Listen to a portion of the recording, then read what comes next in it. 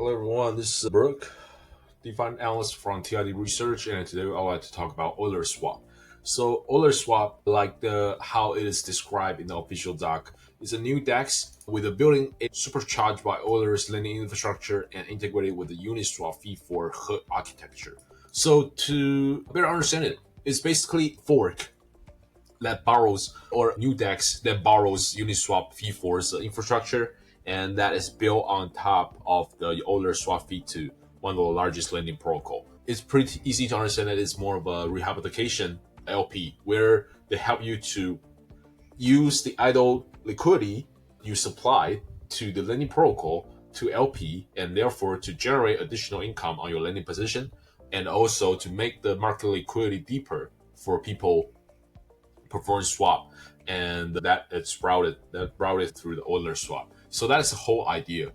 And if we take a look of the ranking by 30 days DEX volume, you can see that Euler Swap is actually the top 11th, and within only slightly more than 2 months after launch. So I think it's showing that the Euler Swap indeed has good potential, and then there is a strong market for the products. So in this video, I would like to first talk about how Euler Swap works, and then how we can use it to put together different kind of strategies, and then to farm to enhance the return for our lending position or leverage staking position and our LP position. So first, let's look at how Euler Swap works. You can see on Euler you can lend, and then you can also borrow, but there's also one interesting section called strategies. For strategies, this is where you find the correlated pairs or non-correlated pairs to go leverage loan or leverage shorts, or for correlated pairs to do a leverage lending or leverage staking. I think in essence, it's actually for you to borrow and then to build leverage on the collateral. And it is how it works under the hood. So for this one, it's called the PTUSDE and then USDC pair. And then here you can see the collateral is the PTUSDE and then DApp is USDC.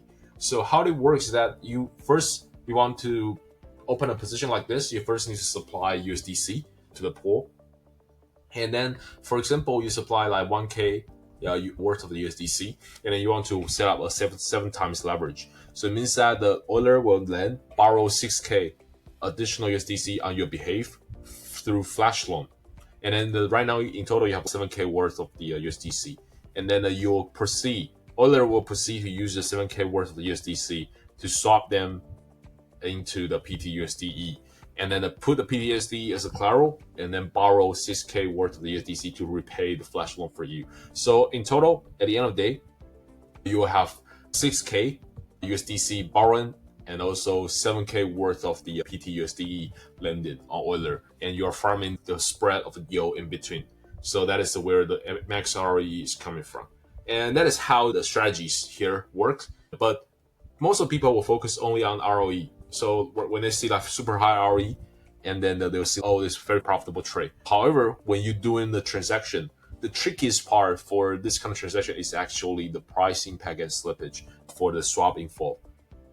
You probably still remember that to put together this transaction, Euler need to flash on USDC and then swap the USDC plus the beginning capital we supply, all of them into PTUSDE. However, the swap action actually incur a lot of price impact and slippage from the time. For example, you supply 1K, and then you open 7 times leverage, and then for that 7K worth of the swap, the price impact can probably be like 50 basis point, and then the slippage after the transaction shows that the slippage is like 20 basis point. So it's 70 basis point transaction cost in total, if we don't talk about the gas. However, 70 basis point of the transaction cost, that is calculated according to the total amount of the swap, which is 7K. However, your collateral is only 1K. So it means that you have to times that number by 7. So 70 basis point of a transaction cost is actually 4.9% of the transaction cost for you. So it means that even before you start to earn, you already pay like 4.9% at the very beginning. And then 4.9% for probably take at least 1 or even up to 2 months to break even. So that is how the transaction costs make you lose money even before you realize it. And then the worst thing is that the ROE does not take that into account. So it means that you have to calculate it yourself. You have to check the prices, slippage yourself. But yeah, so all in all, for ladder traders, either directional or data neutral, the price impact and slippage is the most important question. And that is the reason why Euler want to introduce this function here called Euler Swap, where you can build your own pools. Because through building your own pools, they're actually increase the capital efficiency of the capital supply on Euler. For example, you can see here like a lending section. Total supply is like close to 3 million. However, total borrow is like 1.45 billion. So it means that there's 1.5 or even 1.6 billion worth of liquidity just on Euler. So the idea of Euler Swap is that what if we can use this idle liquidity and provide idle liquidity from the lending market and then provide liquidity for the people who want to swap and then build a large position. And in that case, maybe it's possible for us to eliminate or like at least decrease the price impact and slippage these traders need to pay for, and therefore make the trading experience on Euler easier and therefore increase the product competitiveness overall for this product. So that's why Euler Swap is a good product with a strong product market fit. And then from the market overview, we can see like it is indeed doing pretty good. Like the top 11th largest DEX on EVN only 2 months after launch. So that's actually remarkable.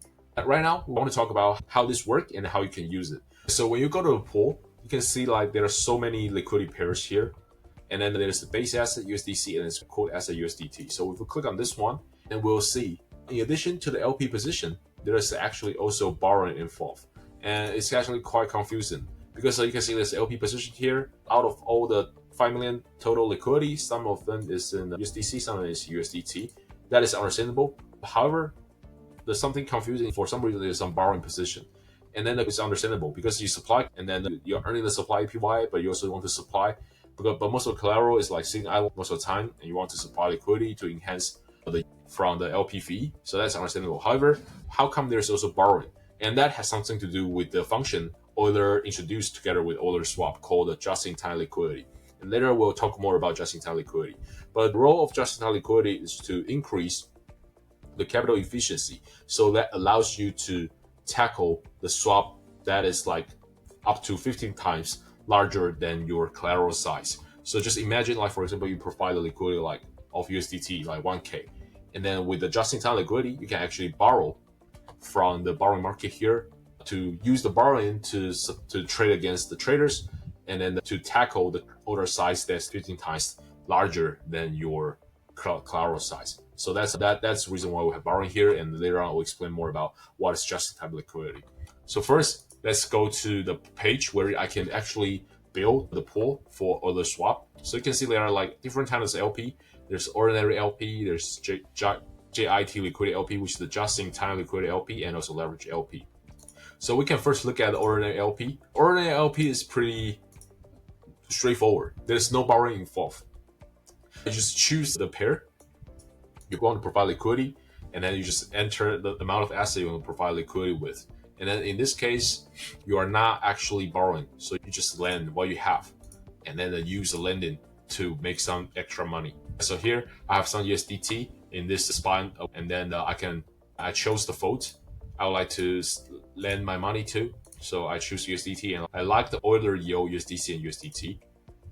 And I choose continue, and then I put my USDT I have in my wallet here. So when I supply liquidity, first I lend to the Euler yield USDT market, and when people want to trade against me, then they can use my liquidity to trade against the traders.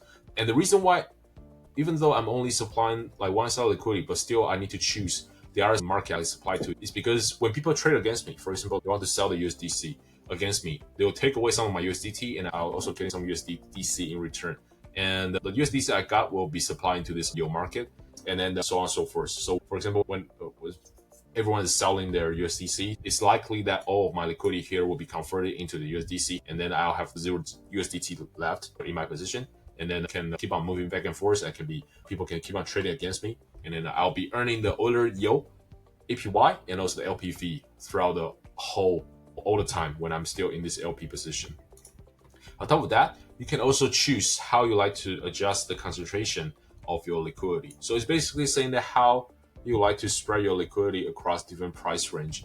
And then because it's a highly correlated pair, USDC against USDT, so most of people just choose the 100% concentration.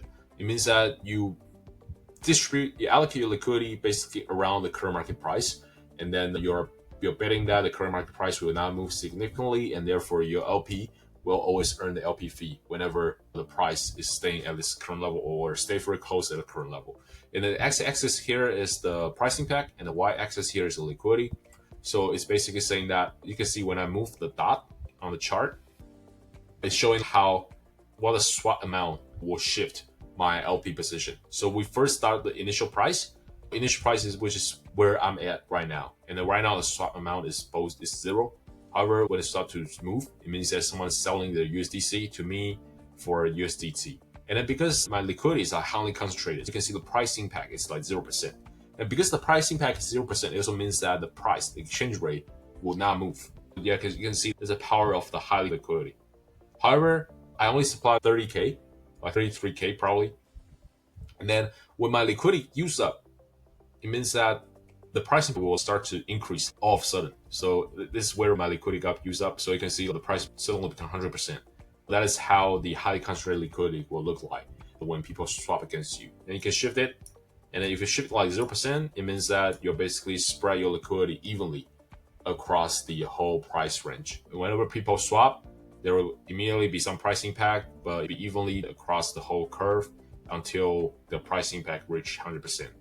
So that's the idea of concentration, and you can adjust it according to how you believe it will react. And then if you want to make it highly concentrated, so that's very understandable. So an intuitive is like ordinary LP, and then you can provide either single side liquidity or two side liquidity. And then whenever the price move, most of the time, if nobody trade against you, you're just earning the lending yield in the ordered yield folds. However, if someone trade against you, and then some of your USDT might be swapped into the USDC, and then back and forth, and then according to the country level you chose. And yeah, so that's for ordinary liquidity. However, you can also choose the JIT liquidity LP. And this is also a reason why there's also a borrowing part in my position. If I choose JIT liquidity, you can see I can still choose what I like to do. So I choose the same pair USDC, USDT. And there's a new element called a JIT booster here. So I first also supply the single side liquidity. And you can see here, I can actually toggle it. So when I toggle it, the number here change. And it says that a total USDC liquidity, and the max USDC borrow, and the max USDC collateral. So I think the max here is the key. So the max here means that you are not actually borrowing this amount of money at this moment. So the idea of just-in-time liquidity means that you only borrow this whenever you really need it. So the idea is that when I supply liquidity and I borrow to supply liquidity, when no one wants to trade against me, I actually don't really need to borrow, because borrowing need to pay some borrowing APY.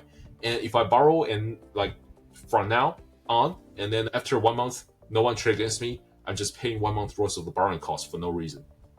And then with the just-in-time liquidity, I can actually set up the quota I would like to borrow on day one.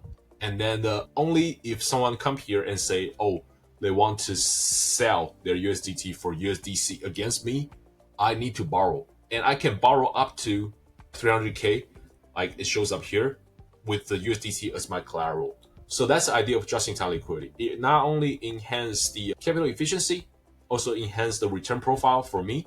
It also enhances my capability to tackle the order size. Because if you look at here, I can not only adjust the JIT booster for the USDC, I can only adjust the JIT booster for USDT. So this is a quota I would like to set here. And it means that you can see the max USDT liquidity here is like 400K, and the max USDC liquidity here is like 400K. I'm only supplying like 33K worth of collateral. So it's like almost like 10 times. Oh, sorry, more than 10 times the liquidity I have. So it means that when the market is pretty quiet, no one trade against me, I can just farm with my 33K. But all of a sudden, the whole market is like trading like volatilely. And I can still handle those assets. And I can handle the order size that's like more than 10 times my capital size. And therefore, I can also earn the LP fee 10 times the size of my initial capital. And therefore, my return profile is improved. And also because it's a just-in-time liquidity, it means that I only need to pay the borrowing cost whenever I actually got the LP fee. So that's how to improve my liquidity profile. And from the trader's perspective, I don't need to have so many LPs sitting idling in the LP pool. I only need to have few lenders who are also willing to do LP. And when it is necessary, they can just borrow and then enhance their capability to tackle the order to swap against the traders.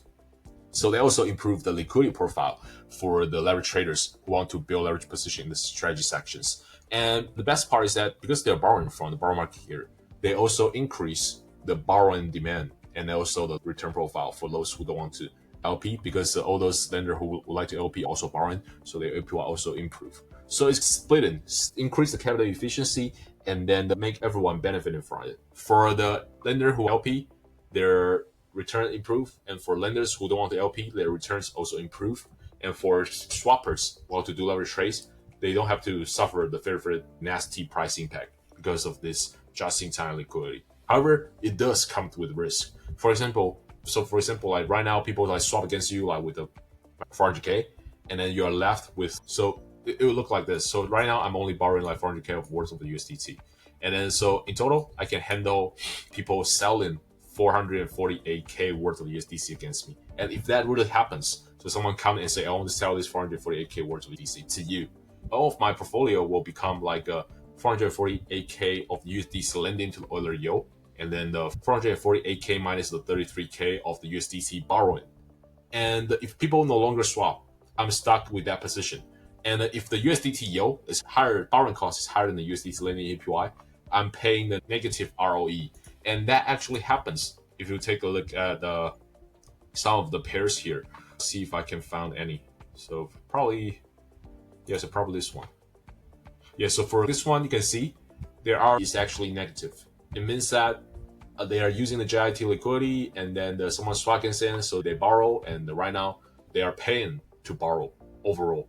And then if people start to swap, and they might be losing money. So that is some of the risk. And now we figure out what JIT liquidity is, and then how it can help us to increase our capability as a lender LP to tackle the order. We can now move on to see, yeah, so you can also decide how you like to allocate your capital across the price range here. And now we understand how it works, and we'll try to talk about just to let you know how you can make money from it. For example, yeah, so right now you probably get a feeling there's some risk involved, so it's not a plan for not farming. So yeah, you must have some market views first before you tap into the just-in-time liquidity to build a position. So right now, I'm just trying to give out a market view and then build a position with the just-in-time liquidity based on the market view to see how you can earn money. So say, for example, right now I'm looking at the strategy page and I have a market view, hypothetically. So I'm looking at the USDS USDTB pair, and right now the ROE is negative. It means that you'll be losing money if you build a position right now. However, I've been paying attention, hypothetically, like in a hypothetical situation, I've been paying attention to Sky, and also I'm paying attention to the Ethera about the recent update for USDS and USDTB. And then I noticed that right now they're trying to allocate SPK, Spark Reward, for anyone who are holding USDS, either directly or on lending market, because they want to boost the TVL of the USDS. So by holding the USDS, I get to earn some SPK reward or SPK airdrop. And on the other hand, I also noticed that announced that they're going to distribute a reward to the USDB holders. And because this is RWA asset, they want to somewhat compete with all the other competitors, for example, like BUIDO or Syrup, this kind of RWA backed assets. So they're also doing the incentive for anyone who are supplying or holding the USDTB. Yeah, that's my idea. So the thing that will happen based on my assumption is that USDS native APY going to be higher because there's going to be airdrop. And on the other hand, USDTB borrowing cost is going to be lower because there's a reward, and therefore the USDTB supply going to increase, and therefore the borrowing costs are going to drop, and therefore the borrowing costs will also be lower. So that's my assumption in this theoretical scenario. So what I would like to do is to build a USDS leverage position funding so that I can farm SPK reward while only paying the low borrowing costs for borrowing the. However, if I do that right now, I'll be paying the 45.92% of the negative ROE. So I don't want to do that. And then on top of that, if I do that right now, I'll need to pay the price impact, slippage, and gas costs all by myself, because I'm more of like a market taker than a market maker at this moment. So I want to place an order in this kind of scenario and then let someone else pay the cost for me, and only till the condition are realized and the ROE turn positive. And so it means that liquidity can probably help me to build a position when the things got better for this too. and then I can enter the position when the things are indeed getting better for this too. And on top of that, I don't need to pay for any kind of loss cost I just mentioned. These are my assumption in this hypothetical scenario, and I believe the Euler Swap can help me do that. So currently I'm at the position building page for the USDTB USDS liquidity funding by the liquidity. Because I want to farm USDS, right? So I supply USDS like 10K. I believe that the USDB, you can see like currently they're streaming reward. And I believe the reward will keep on streaming, and therefore the borrowing cost will be pretty contained. So the lending APY right now is like only 2%, so lower than the market average. Market right now is like close to 6% of the benchmark rate. So all the major lending borrower market like Aave or so 2%, it means that the reward is indeed helping to bring the lending down and therefore bring the borrowing cost down. So I want to borrow borrowing here with a just-in-time liquidity.